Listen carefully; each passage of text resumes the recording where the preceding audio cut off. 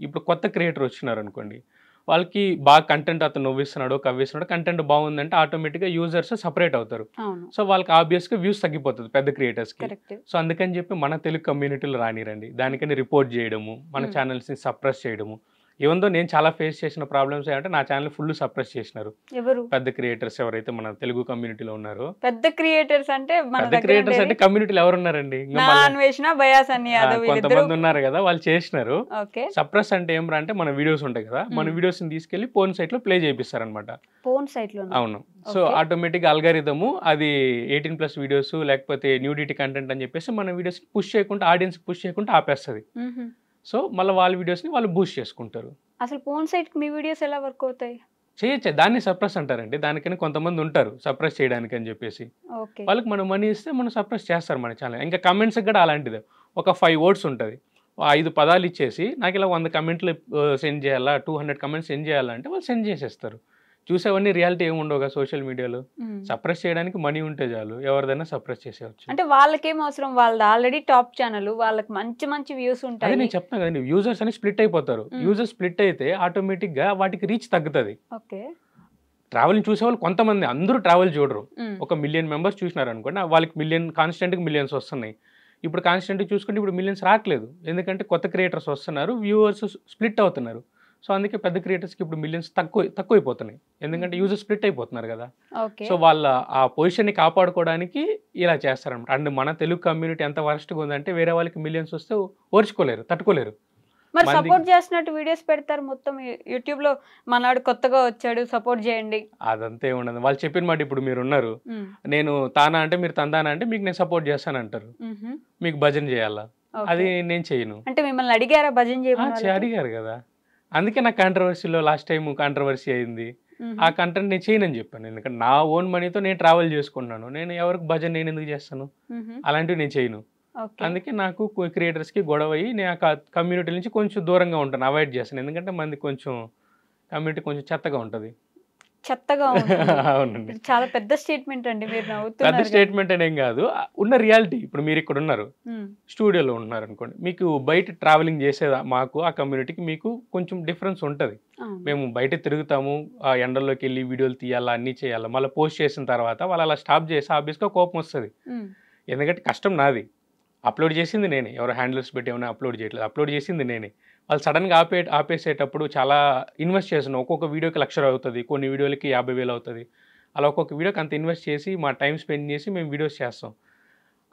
జెన్యూన్‌గా వ్యూస్ రాకపోతే అది ఓకే. కానీ వీళ్ళు వాంటెడ్‌గా సప్రెస్ చేస్తారు గదా! హ్మ్. అందుకని. మీకెలా తెలుసు వాళ్ళు సప్రెస్ చేస్తున్నారు? మీ వీడియోస్‌ని వాళ్ళే మనం హ్యాండిల్ తొక్కేస్తున్నారని? చేస్తాం గదా! మనకు తెలుస్తదండి. దానికని కొన్ని వెబ్‌సైట్స్ ఉంటది. మనకి స్ట్రైక్స్ వచ్చినా, మనకి రిపోర్ట్స్ పడినా, మనం చెక్ జేసుకోవచ్చు. మన ఛానెల్‌ని ఎంగేజ్ ఎక్కడెక్కడ ఉన్నాయి? ఎందుకు రీచ్ తగ్గిపోయింది?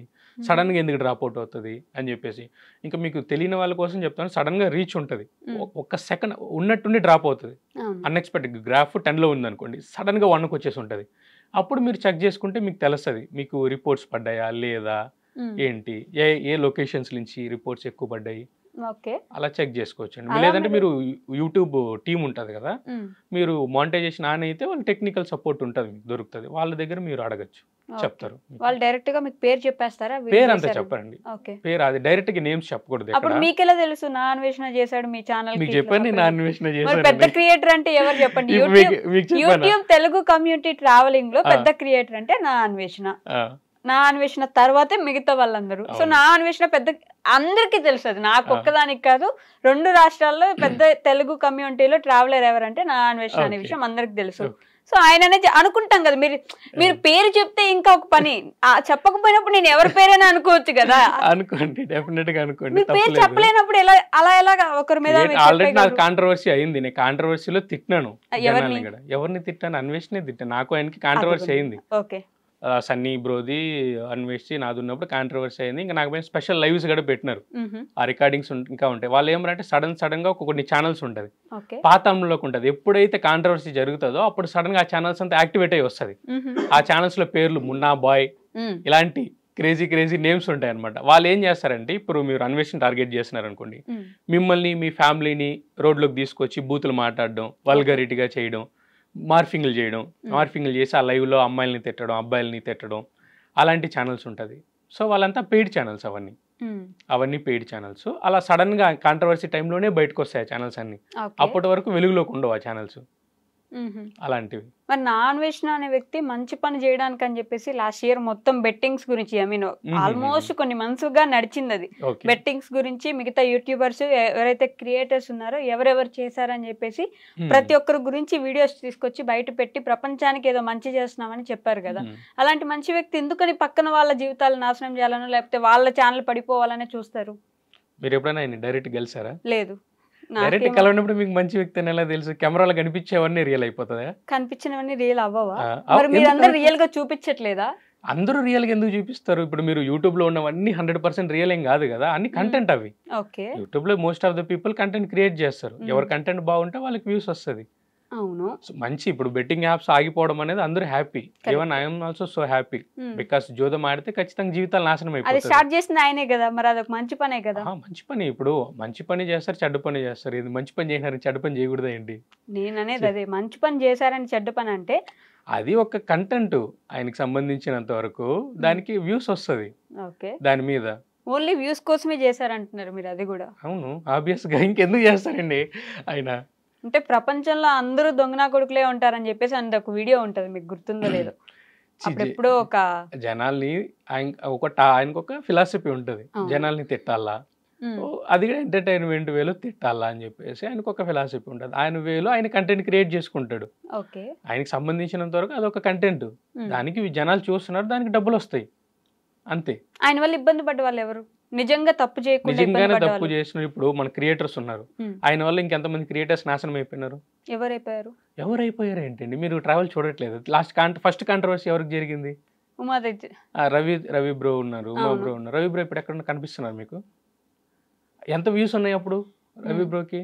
ఇప్పుడు ఎంత వ్యూస్ ఉన్నాయి? మరి అంటే జనం నిజంగా ఆయన చెప్పింది నమ్మేసి ఈయన తొక్కేశారు. అవునండి, జనాల ముందర పోయి ఏడుస్తా ఉంటే, అబ్బాయి ఏడుస్తా ఉంటే జనాలు ఇంకా ఆబ్వియస్ గా అతని సైడే సపోర్ట్ చేస్తారు. ఇప్పుడు వీడు కూర్చొని నేను ఓ బోర్లని ఏడిస్తే ఎంత చేసినా నిజం లేకపోతే ఎవరు సపోర్ట్ చేస్తారు? నిజము అబద్ధం అని ఏముండదండి. అప్పుడు అదొక కాంట్రవర్సీ, ఆయనకి రీచ్ లేదు, వాళ్ళకి రీచ్ ఉంది, ఇంకా వాళ్ళ మీద పడి కాంట్రవర్సీ వీడియోలు చేసినాడు.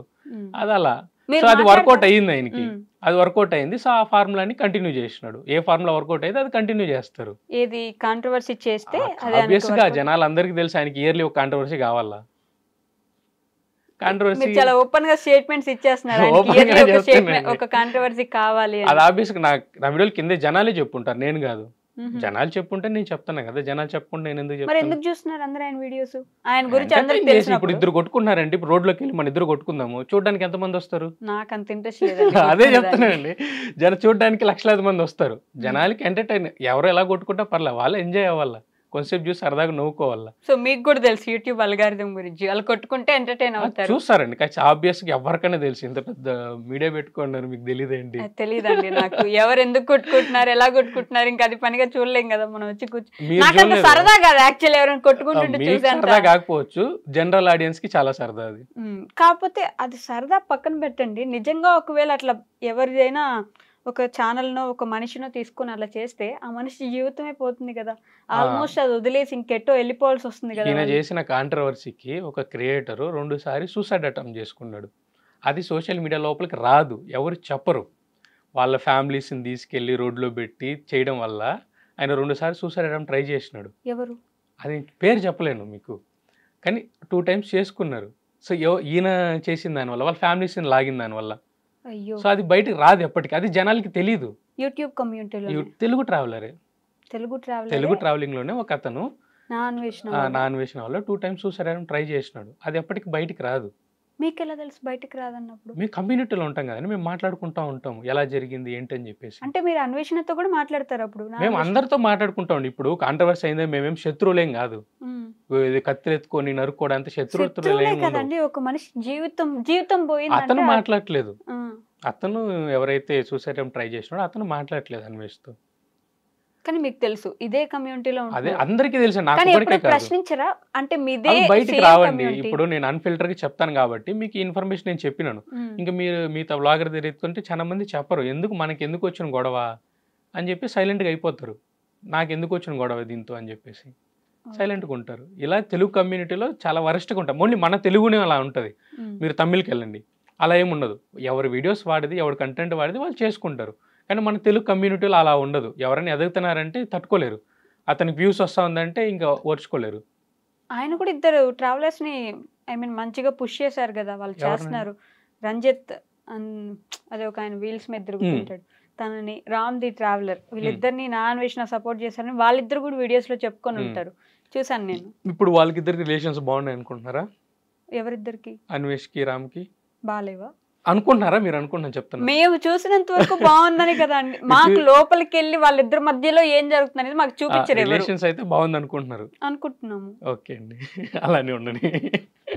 మీరు మీ కమ్యూనిటీ గురించి చెప్పాలి, ఎందుకంటే ఇప్పుడు మీరు యాంకర్స్ ఫ్రెటర్నిటీ ఎలా ఉంది అని అడిగితే నాకు ఏదని తెలుస్తుంది, కానీ మీ ట్రావెలర్స్ కమ్యూనిటీ లోపల ఏం జరుగుతుందని నేను వచ్చి చూడలేను, నేను మాట్లాడలేను కదా. అదే అదే ఈ రిలేషన్స్ అందరికీ ఏం బాగుండండి, కెమెరా ముందర అందరూ మంచిగానే ఉంటారు. ఎందుకంటే అది ఒక 10 minutes, ఒక 10 నిమిషాలు సైలెంట్గా ఉంటే అయిపోతుంది అనుకొని ఒక కెమెరా ముందు బాగానే ఉంటారు. ఆఫ్ కెమెరా అలా ఏమి ఉండదండి, ఆఫ్ కెమెరా వేరేలా ఉంటుంది. ఇప్పుడు ఎవరైతే ఆన్ కెమెరా మనం చూస్తున్నామో సేమ్ ఆఫ్ కెమెరా కూడా అలానే ఉండరు. కెమెరా ఆఫ్ అయిన తర్వాత వాళ్ళ లైఫ్ వేరు,